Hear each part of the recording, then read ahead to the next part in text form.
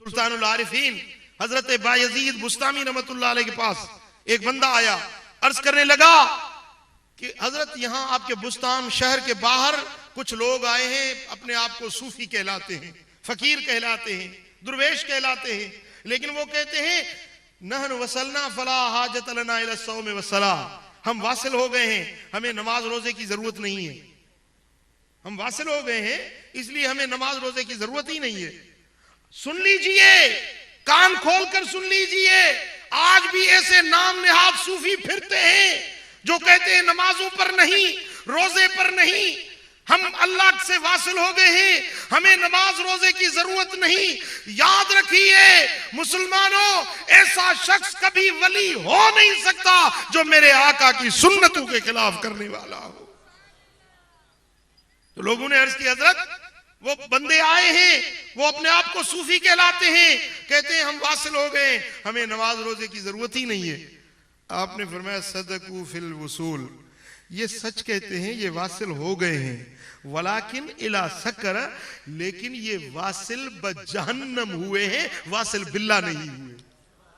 अगर वासिल बिल्ला होते तो कभी भी मेरे आका की सुन्नतों को न छोड़ते।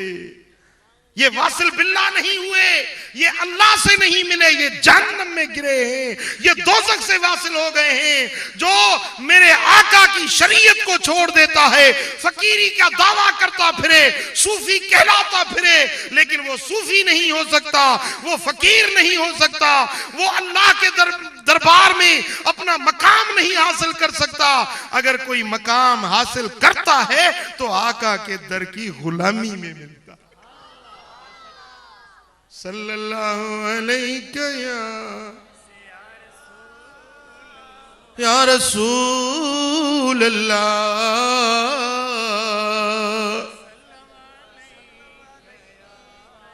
सुभान अल्लाह। हजरत पीराने पीर महबूब सुभानी, पीरों के पीर गौसे आजम दस्तगीर, एक मर्तबा अल्लाह की इबादत में मशगूल थे, अचानक ये से नूर चमका, नूर चमका, हर पासे हर तरफ उजाला ही उजाला हो गया। और उस नूर, उस चमक में एक आवाज सुनी, आवाज आई कि ए अब्दुल कादिर, तूने हमारी बड़ी इबादत की है, हमने तुझसे नमाजें माफ कर दी।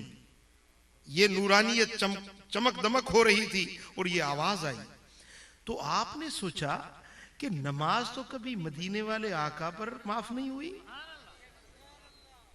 नमाज तो करबला के शहीदों ने तलवारें तीर बरस रहे थे लेकिन उन पर नमाज माफ नहीं हुई, मुझ पर किसी माफ हो गई। तो कहीं ये शैतान का धोखा तो नहीं है? आपने कहा ला हौला वला कुव्वत इल्ला बिल्लाह। तो वो जो नूर चमक रहा था वो धुआं ही धुआं हो गया और शैतान एक बड़ी बदसूरत में, बदशक्ल में इब्लीस जाहिर हुआ। कहने लगा अब्दुल कादिर, तुझे तेरे इल्म ने बचा लिया, इस जगह पर मैंने 40 जो बड़े कमाल वाले वली थे उनको मैंने यहां पर भटका दिया था, वो नमाजें छोड़ गए, मैंने उनको यहां बहका दिया था, लेकिन तुझे तेरे इल्म ने बचा लिया कि तू बड़ा बाखबर है। तो आपने फरमाया जालिम अभी और हमला कर रहा है मुझ पर, मुझे मेरे इल्म ने नहीं बचाया, मुझे मेरे अल्लाह के फजल ने बचाया है। अब ये दूसरा हमला था उसके अंदर गुरूर पैदा करने का कि तू बड़ा आलिम है, इतना बड़ा आलिम है कि मेरे धोखे को समझ गया, उसके ऊपर ये दूसरा हमला कर रहा था। आपने फरमाया मुझे मेरे इल्म ने नहीं बचाया, मुझे मेरे रब की रहमत ने बचा दिया है। हाँ?